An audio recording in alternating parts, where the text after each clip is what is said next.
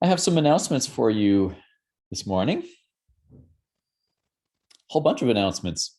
Homework 7 is out and is due on Thursday, and we'll give you a bunch of practice with the materials you've been learning on hypothesis testing and inference. The midterm, as you know, is coming up this Friday evening. It'll cover everything we've covered so far and everything we lecture this week. That's up to and including chapter 12 in the textbook. To help you prepare, we will have some course staff-led review sessions. There'll be 3 review sessions this week. The first of them is 5 p.m. tonight. They're all online on Zoom. Each one of the 3 covers a different topic. So you can check out the Ed post and take a look at the topics and see which one you want to go to.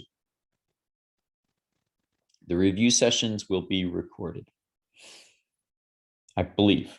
Check the Ed post for the definitive word, but I believe they'll be recorded. And we have a bunch of resources on Ed for how you could prepare for the midterm. A good way is to go check through topics we've covered, past labs and homeworks, see if there are any topics that you are aware that you're a little fuzzy on or didn't quite make sense. And if so, go do some refresher on those topics. And when you feel like you're well prepared, you could then try taking a practice exam or 2. And we have a recommendation for 2 practice exams we think would be good to take. You can use those practice exams to diagnose if there's any areas where maybe you're not quite as solid as you'd like to be, and then go study some more on those areas. One good way to get a refresher is to go read the textbook. Hopefully that will help you prepare. Don't put off everything to the last night. My advice to you on Thursday night is to get a good night's sleep and don't worry about it.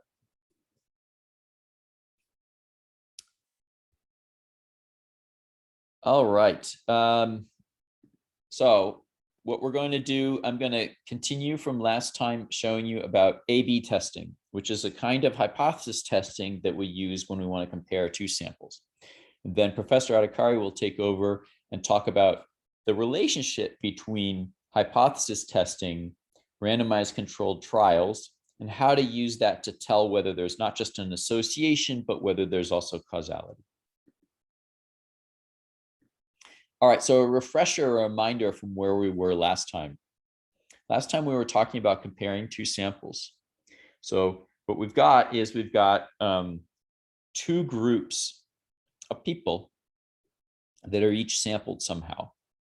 And what we want to know is whether the values of those come from the same distribution. In other words, were they sampled from the same population? So this might be the treatment group and the control group in a randomized controlled trial, for instance.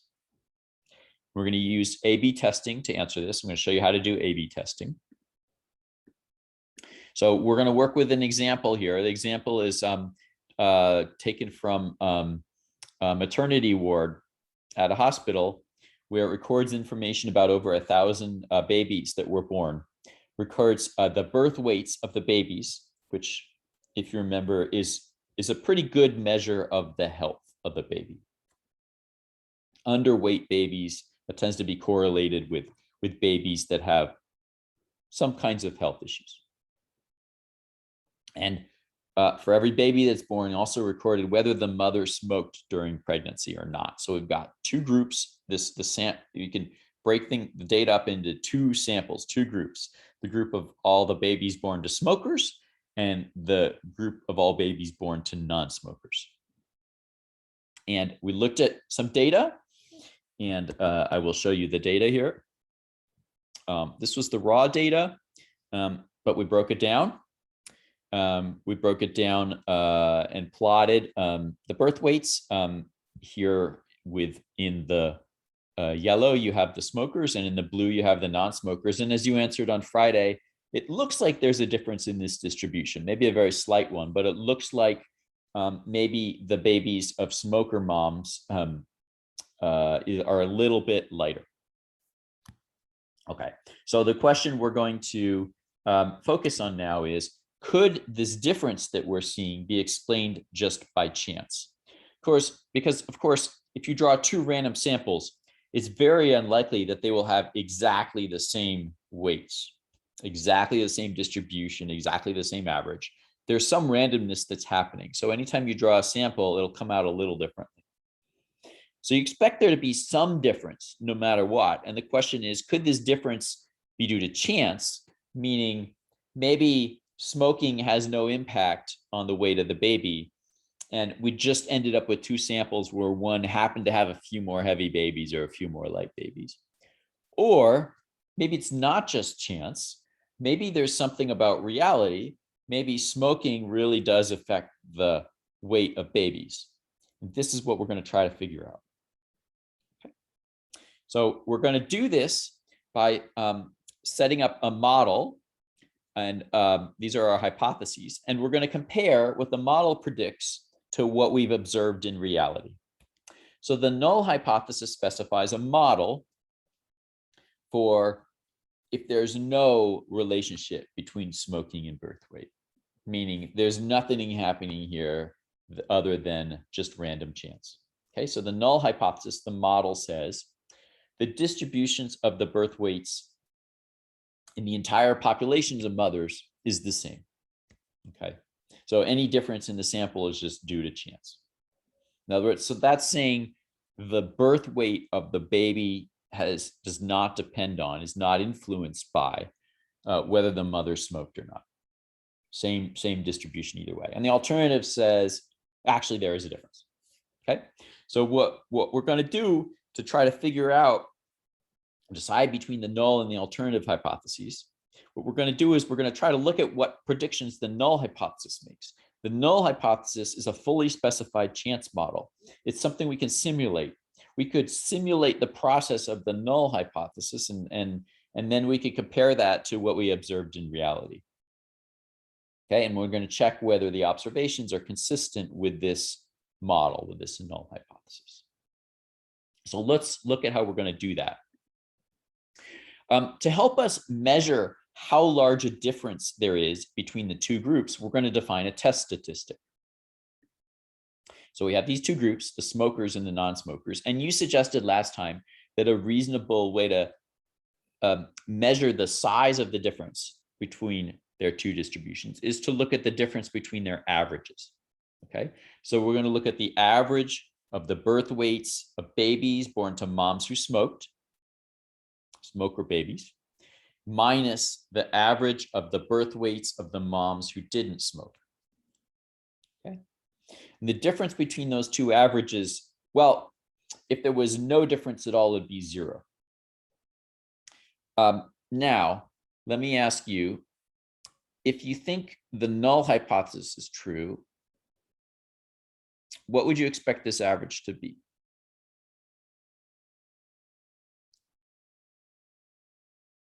Yeah, close to 0. And if you think the alternative hypothesis is true, meaning that babies of mothers who smoked are lighter, if you think the alternative hypothesis is true, what would you think? What would you expect values of the statistic to be? Very negative, very negative. Yes. And the more negative it is, the more you would be inclined to conclude that to suspect that the alternative hypothesis is correct. Okay, so the more negative the value, the smaller the value, make you favor the alternative hypothesis over the null hypothesis. But how negative does it have to be before you go with alternative hypothesis instead of null hypothesis? Well, to figure that out, we're going to figure out what the null hypothesis predicts the values of this test statistic are going to be. You just said close to 0, maybe not exactly 0, but close. So how close? So let's figure out how to make a prediction of, if the null hypothesis were true, what this test statistic would look like. And we're not taking the absolute value this time.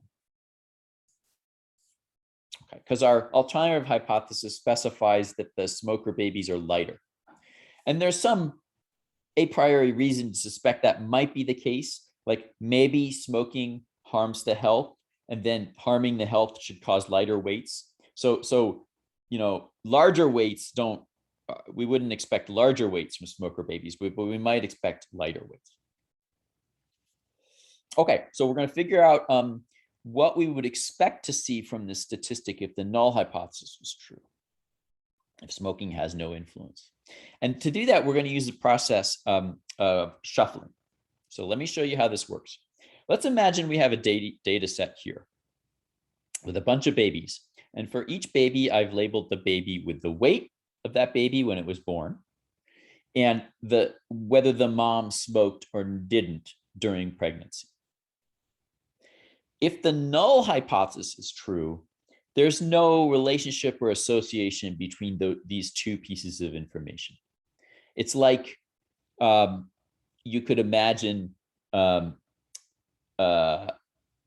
the baby's birth weight was chosen randomly somehow, and then like we figured out whether the mom smoked or not. There's no relationship. So if there's no relationship between the two, then what we could do, just I want you to imagine as a thought experiment, shuffling all of the first row. So we're going to take all of that smoker, non-smoker statuses and throw them in a group and then pull them back out randomly. So we're going to randomly reorder them, randomly permute them. If the null hypothesis is right, that there's no association between these two data factoids, then this should give us another synthetic data set that's in some sense just as valid as the original, like it comes from the right distribution. Because there's no correlations between the two. So we haven't messed up any patterns in the data. Okay. So if the null hypothesis is right, this should give us a way to get another simulated data set that is somehow right in all the essential characteristics. It's like another data set that could reasonably have happened. Didn't actually happen, but could have happened. So now we have a way to do a simulation where we simulate synthetic data sets that we could have gotten, but didn't.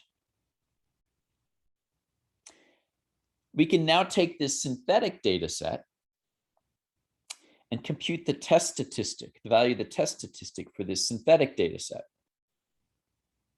And that's a plausible value we could have gotten. Well, if the null was true, that would give us a plausible value you could have gotten. And we could do it again and again and again. And each time we'd get a plausible value for the test statistic that you could have gotten if the null hypothesis was right. So in other words, this is a way that you could figure out what predictions the null hypothesis makes. Could figure out what kinds of values of the test statistic are reasonable to occur if the null hypothesis is right. This is not a valid transformation if the null hypothesis is wrong. If there's some kind of a correlation or pattern or association or trend between the smoking status and the birth weight, then you can't switch around the labels because that would destroy the correlation and change the nature of the data set. So this is something you can only do if the null hypothesis is right. All right. So would I get the same test statistic as the original data after shuffling? No, not necessarily, because the shuffling added some randomness. It might have just happened to put more heavy babies or more light babies in one of the groups. We've regrouped the birth weights. So it won't necessarily be exactly the same test statistic.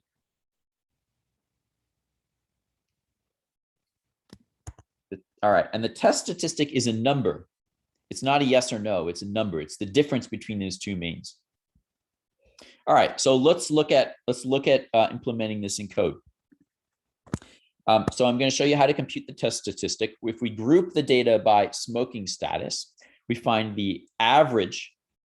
If you see here, I used the np.average as my summarization function. So this gave me the average birth weight of the non-smokers and the average birth weight of the smokers. I said my test statistic is the difference of these two averages. So I'm going to take this 113.8, subtract off 123, and that gives me -9. So that's the difference between the averages.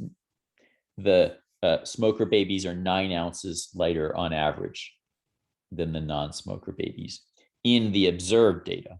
And now we're going to simulate what kind of differences you should expect to see if the null hypothesis were true. Is 9 close to 0? We should expect something close to 0 if the null hypothesis is true, but is 9 close to 0? So to do that, I am going to write a function that just takes the code I just did.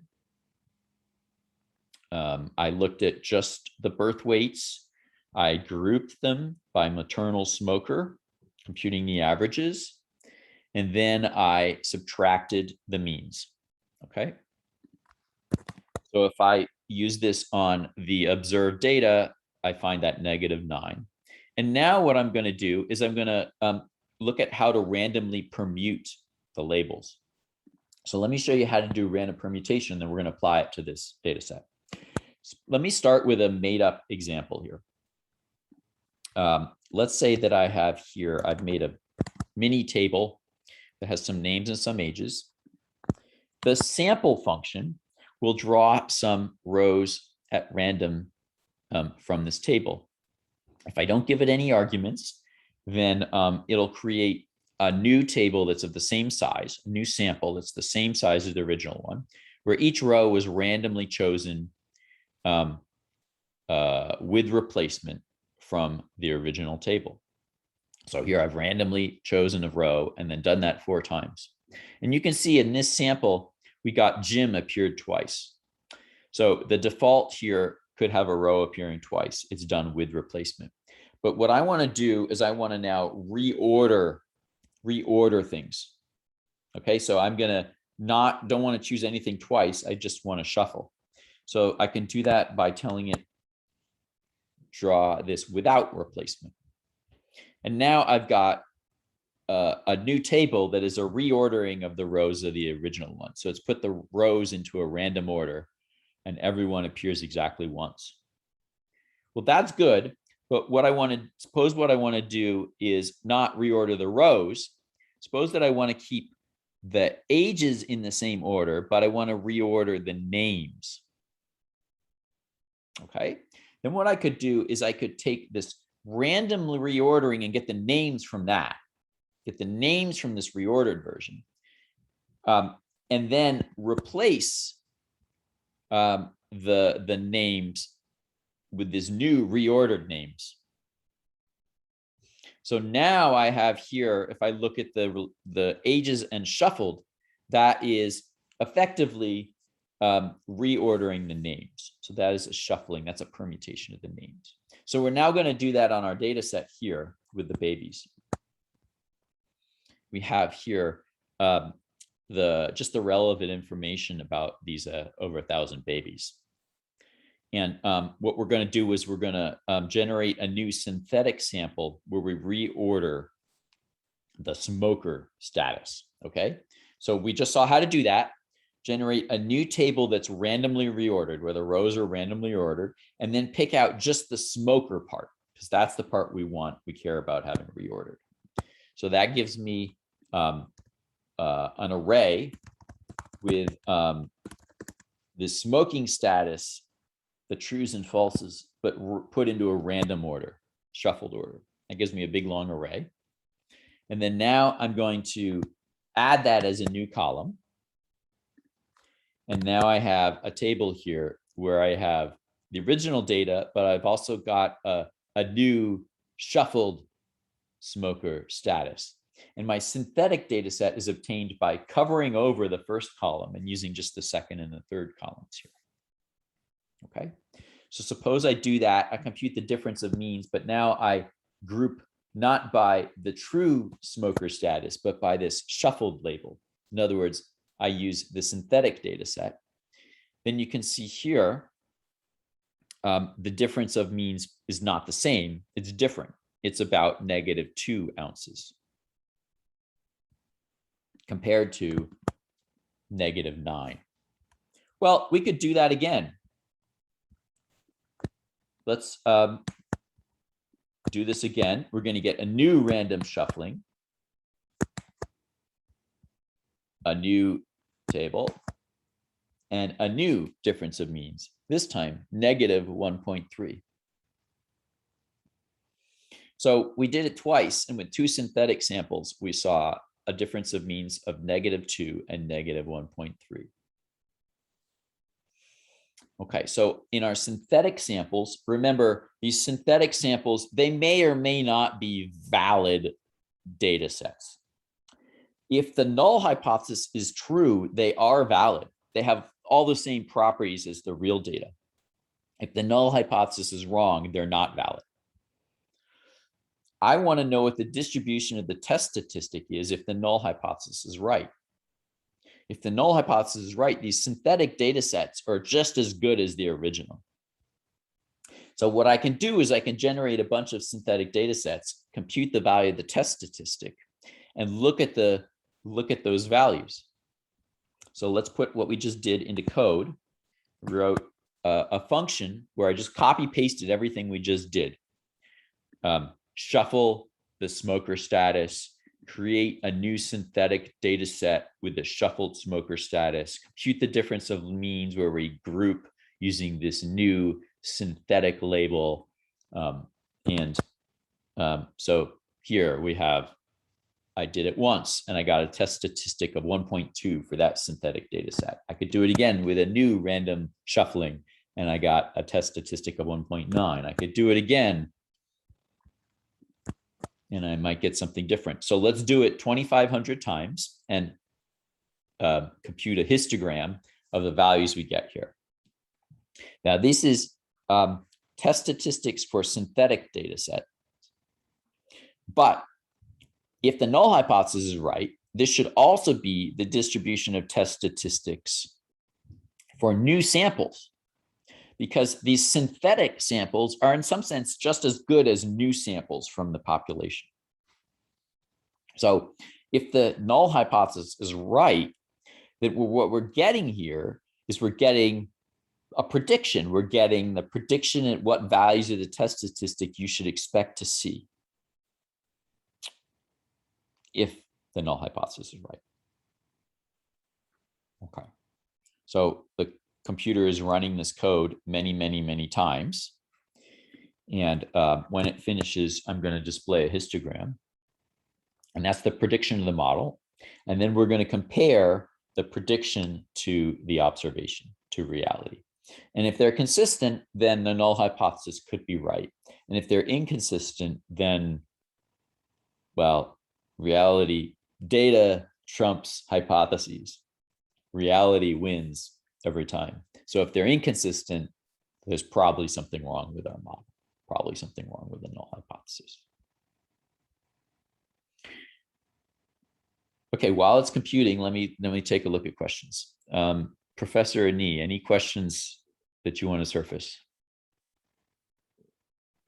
There have been a few that say, what if I kept the labels fixed and shuffle the birth weights? Would that be the same thing? And yes, it would. It's a great observation. And then there are a lot about how is the null hypothesis connected with the shuffling. Great. Yeah, how is the null hypothesis connected with the shuffling? If the null hypothesis is right, then shuffling shouldn't destroy anything important in the data. So let me talk you through that. If the null hypothesis is right, then there's no connection between smoking and birth weight. So what you can imagine is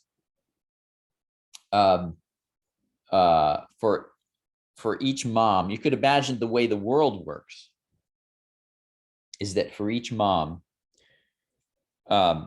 somehow there's some random choice that happens about whether that mom will be a smoker, will smoke or not. And there's another random choice that happens of what the weight of that mom's baby will be. And these two random choices are not connected in any way, they're independent. So, because they're independent, I could make those choices. And then I might decide to again make the new choices of the smoking status without changing the baby weights. And that would give me the same distribution. The data would have the same patterns and trends and connections because they're not related. It's like we could defer the random choice about whether the mother is a smoker until after the baby is born and the birth weight is already fixed, if there's no connection. So that's kind of like what we're doing with this shuffling. It's like after the baby is born and the birth weight is known, then we're reassigning a new smoker status to the mom. And if the null hypothesis is right, that gives us that the data looks the same way if we do that. And so if the null hypothesis is right, the shuffling and reassigning smoker statuses to the moms is a perfectly valid way of generating data that you could have gotten. If the null hypothesis is wrong, it's completely invalid. Professor Adhikari, do you have another way to explain this that's better? No, I think that was great. I think it takes a while to get used to. So as we do the next few examples, we'll keep discussing this. I think there is one question that has cropped up that is to do with all simulation, which is why do we need to define one simulated difference? We already computed one. Why can't we use that? Why are we defining this function? And that's, I think, an important thing to address. So that would be, I think, a great thing to do right now. Yeah. If you're okay with that. Yeah. It's because there's chance involved. If there was no chance, you could do the simulation and figure out what the model predicts. Like if your model was, how long is it going to take if I drop a ball to hit the ground? The answer should be the same every time. There's no chance. So I could do one simulation or one calculation and get a single number, like 0.7 seconds. But in the situation we're working with, there's chance involved. So when I run the simulation, some random chances get made. Like the chances might be who gets picked to be in the sample, or which mothers smoke and don't smoke, or what are the weights of the babies. So that means if I run a simulation twice, I'll get two different numbers. And in particular, my model can't make a prediction that's a single number like 0.7 seconds, because there's chances involved. There's a range of values you might get. There's some distribution of values you might get. It's a random value, not a fixed number. So the model's prediction is not a number. The model's prediction is like, here's the likelihood you get 0.7. Here's the likelihood you get 0.8. In other words, the model's prediction is a much more complicated thing. It's a distribution, not a single number. So if we try to take one simulation and use that number, that wouldn't tell us what the distribution is. And if we did this for loop and we used that one number over and over again, you would get the same number every time. And then when you did a histogram, you'd get one bar that was really tall for that one number. But that's not the distribution of possible outputs you could get. That's just a single example observation. So one number doesn't really summarize what the model is predicting. To summarize what the model is predicting, you got to get the whole distribution. And the way we get the distribution is we run the simulation many times with many different random choices, like many different random samples. Do you want to add to that, Professor Adhikari? No, I think that's great. Maybe the students can see if they have further questions. That sounds great to me.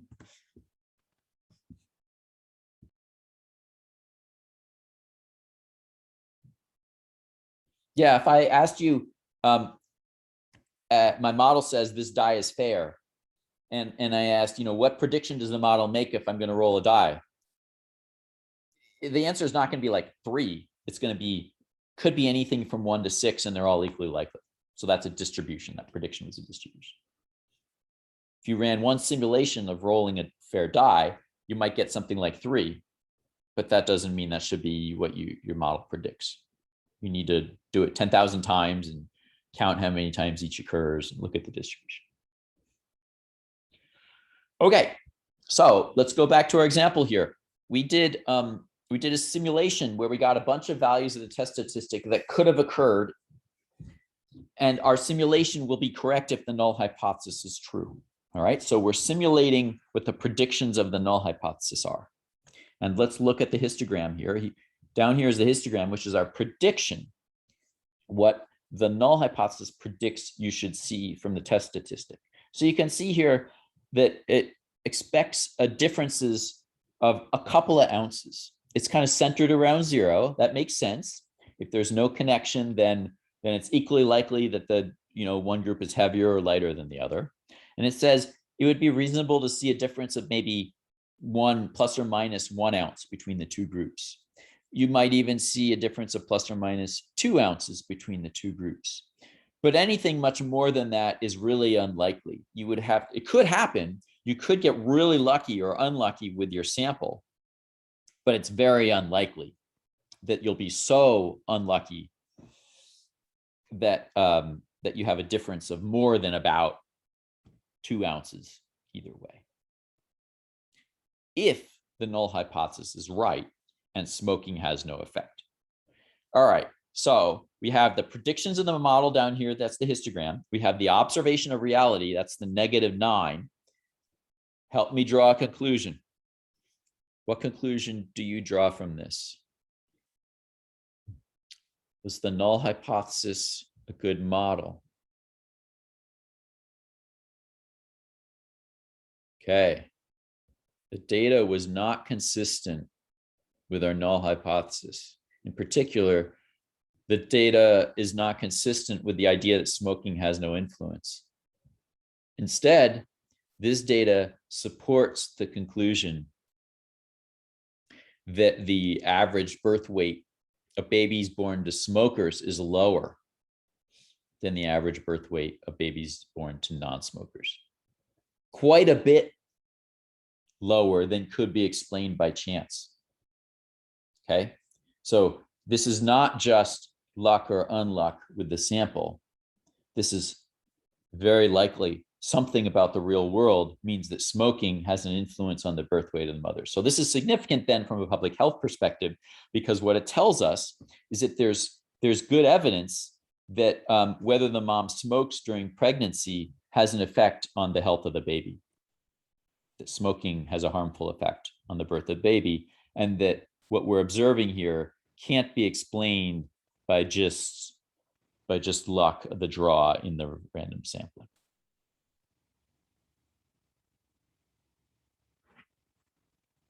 All right, so let me summarize what we did here, what the procedure is. If the null is true, then rearranging into groups should also be preserve the underlying data distributions. So what we're going to do to simulate the effects, the predictions of the null hypothesis is many times we're going to shuffle the smoker status or shuffle the birth weights. We're going to randomly choose this gives us a random assignment to group A and group B. And we find the difference between the averages, compute the test statistic for the synthetic data set. And then we look at the distribution of this synthetic data set. We repeat this many times. Okay. While we're talking, I thought of another way to explain to you why shuffling is a reasonable thing to do if the null hypothesis is right. If you take the values in this yellow histogram and you shuffle them, you'll get the same histogram, you'll get the same distribution. So if really all the data came from the same histogram, then you should be able to shuffle them and you won't affect the distribution. But if the yellow and the blue histograms are different, then shuffling all of the weights, the yellows and the blues, will screw things up, will affect the shape. Shuffling all of the birth weights would make these yellow and the blue come from the same distribution, and then it would bring them closer together, bring the two distributions closer together. if they're different. If they're the same, it'll have no effect. It'll give you another plausible outcome. I don't know if that helps or it doesn't help. If it doesn't help, you can ignore it. Okay, I'm going to pause here and then hand things over to Professor Ani for discussion about how we can use this to infer causality. All right, so question, does this example provide evidence for an association? Yes, okay.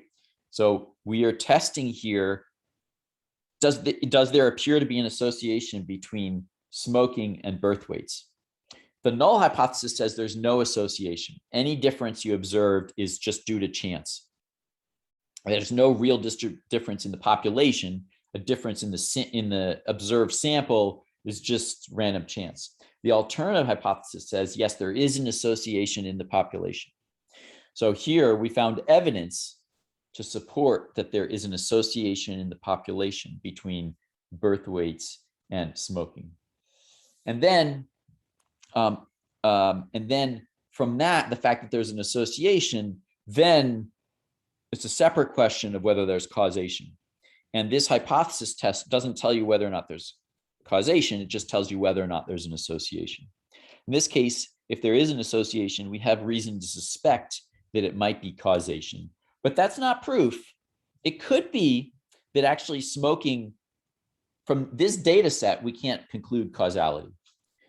For instance, another possible way you could get data like this was if there was something else, some confounder that both influenced smoking and influenced baby birth weight, like socioeconomic status. You could imagine that maybe lower socioeconomic status, mothers from lower socioeconomic status are more likely to smoke and more likely to have unhealthy babies.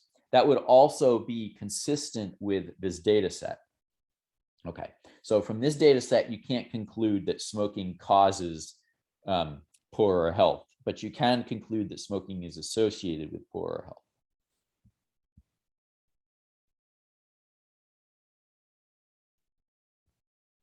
And Professor Ani is about to talk in just a moment about what we can do if we want to know whether there's some causation happening. Right, the original sample was observational. It was not a randomized controlled experiment. The hospital didn't flip a coin for each mother and tell, if it came up heads, tell them you must smoke, and if it come up tails, tell them you must not smoke. Wouldn't work, wouldn't be ethical, wasn't what was done.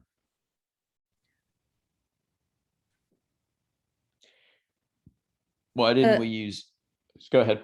No, it's just that there's a student who's asking, the selection of babies in the hospital was just random. That is true. And based on those data, we can say that the distribution of birth weights of the babies of smokers was a little bit to the left of the distribution of birth weights of babies of the non-smokers in the population. But we cannot say why. You know, for example, if in the entire population, everybody who smoked also drank a ton of coffee, right? We'd get a random sample of those, and we would still make the same conclusion, but it may be that it's the coffee that is causing the low birth weights, right? So you have not ruled out confounding. To rule out confounding, you have to assign the treatment and the control randomly, which is what Professor Wagner was just saying, and which is what we are about to get to. So should we switch off who's sharing the screen? Yes. All right. So I will share my screen now.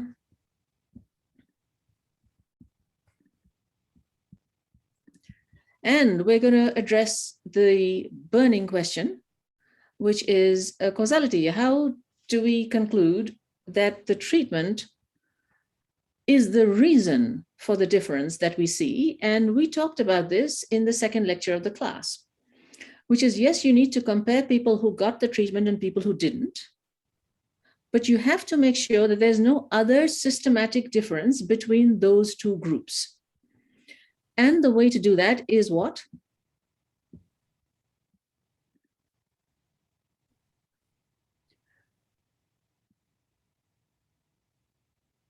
assign the treatment randomly to one group and not to the other. Now, if it's a treatment, so-called treatment, like smoking or drinking during pregnancy, trust me, you cannot assign that to people, right? They're just going to come after you. In a situation where you can, and you are able to do it, then maybe you can minimize the chance of confounding and possibly conclude causality. And the very typical situation there is a medical study. And so we are going to look at a randomized controlled trial. And this has, just as we have had a sample A and a sample B, a control group and a treatment group. But the point is these are assigned at random. So at the start of the study, these are similar with overwhelming probability in all respects. And if they are not, we can, because of the random assignment, we can figure out, how likely they are to be different. So in such a situation, if at the end we see a difference between treatment and control, then we have a chance to conclude causality. Guido Immens, who has today received the Nobel Prize for economics, his work is on exactly this kind of thing. How do you assign causality by randomizing? And then, can you do anything? He takes it one step further. If you have an observational study, is there anything you can do? Okay. So if you see differences between two groups, as always, it could be due to the chance, due to the treatment. But if you have randomized in the beginning, then you can be more or less reassured that it is hugely unlikely to be due to something else. Okay, so the data that we have, let me actually go to, this is a data on lower data set on an experiment, randomized control trial, but a treatment for lower back pain. And the treatment is actually a poison. It is the a poison, botulinum toxin A, hence BTA, that causes the disease botulism. And a tiny amount can be very severe, but if you give a tiny, tiny, tiny amount, sometimes it can help with pain. And so what was done was a population of 31 patients, all of whom had lower back pain, was randomized into treatment and control. And half of them, well, 16 versus 15, half of them got the treatment and half of them got the control. And I will show you the data. RCT is the table with the data. And so the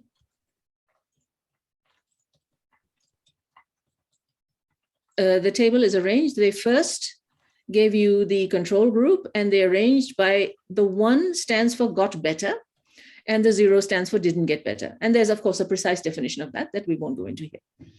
So there's all the data from the control group and there's all the data from the treatment group. Both of them have been organized so that you see the got better first and then the others.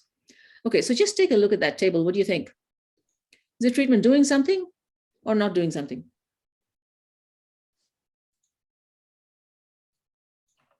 It certainly looks like it's doing something. I mean, the numbers in the two groups are about equal, 15 and 16. And in the control group, there are only 2 1s, whereas in the treatment group, there's a lot more 1s. So it sure looks like the treatment's doing something. But now, actually, let's just make sure that we are not seeing things. Let's actually count. I'm going to use pivot to give us a 2x2 table of the data.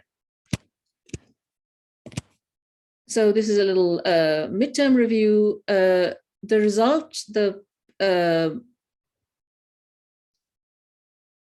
first argument gives you the column labels, so the zeros and the ones. And the second argument gives you the row labels, so control and treatment. And you can see that in the control group, there's a whole lot more zeros compared to the treatment. And so fewer ones compared to the treatment. So in general, Somebody asked, is this a blinded study? Yes, in this case, it was a blinded study. Okay, so how do we compute the proportion of people who got who recovered in each group? Now, if I just look at the control group and I want to count the number who got better, then do you agree that I can add up these ones and zeros? Okay, so if I want the proportion of those who got better, then I have to first add up the ones and zeros. So add up and then divide by the total number. Adding up and dividing by the total number is the same as taking the average. And so we are going to group by the two labels, treatment and control, and take the average of the results. And this is an automated computational way of getting the proportions in each group. And these are the proportions in each group that got better. So 60% of the treatment group got better, and only 12.5% of the control group got better. And now, it just seems like a slam dunk, done deal. The treatment just worked.